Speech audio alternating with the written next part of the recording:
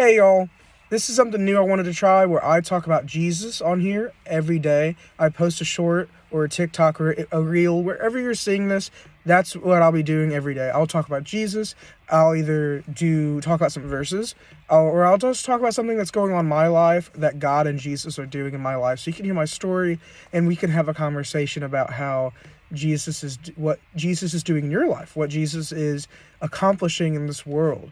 And to start out, I would really want to talk about Jesus' love and Jesus' expectation of our love, because tomorrow is Valentine's Day. This is the time of love in the world currently because of Valentine's Day. And because of that, I would love to talk about Jesus' love and how he expects us to love one another. And I don't mean in a relationship way or anything like that. It can be, obviously, in a relationship way, you and someone else being together, but also in the way of just being kind to one another, being friendly with one another, and just loving one another as Jesus would love you. And as he says in John 15:12-13, "This is my commandment, that you love one another as I have loved you. Greater love has no one than this, than to lay down one's life for his friends." Jesus expects us to be available and to be willing to give ourselves for our friends, for our loved ones, and to be able to sacrifice for them. And vice versa, he expects them to do the same.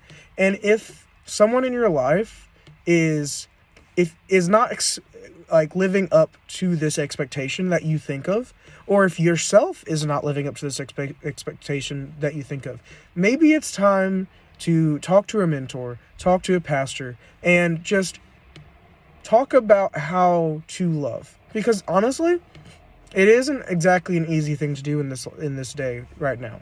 There are a lot of bad, hard things that are going on in this life right now, between wars and other things going on that I won't fully get into. And it all stems from the lack of love of one another.